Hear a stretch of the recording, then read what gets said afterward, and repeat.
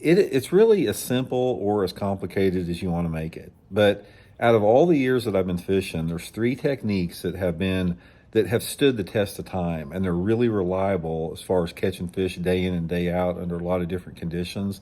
So that's what I want to talk about, the approaches and the techniques on how to master. So the first one you got to get good at, guys, is shaky head. Shaky head is a tremendous bass fishing tool.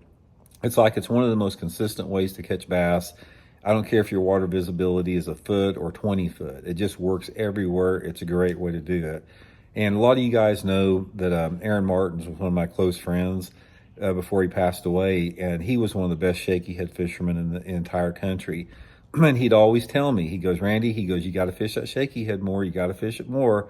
And I started fishing it more and started using it a lot and started catching a lot of fish on it. So when you're talking about a shaky head, there's a lot of different things as far as that go into this, because the shaky head size and profile and the weight of the head have a lot to do with it. So one of the things you want to get good at is get you a selection of shaky heads anywhere between 1/16 to 3/16 of an ounce.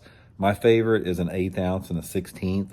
And also, guys, I'll link all these baits as far as my favorite little, heads and stuff like that in my Tackle Warehouse link in the description of this video if you want to get set up with them.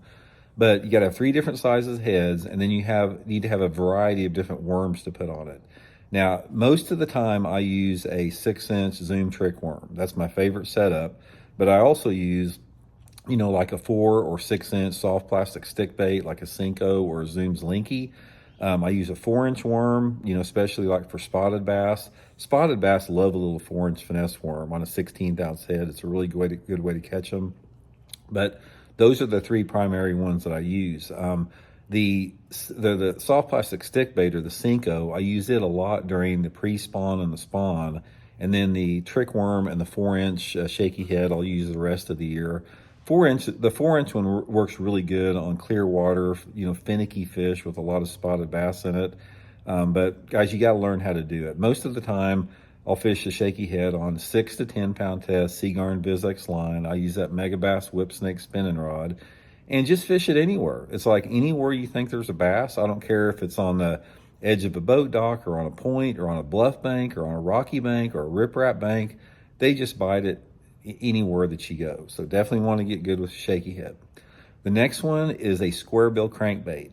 A square bill crankbait is an extremely versatile lure. Anytime the water temperature is over, say, 52, 53 degrees between like March and then again all the way through December, square bill crankbait is going to be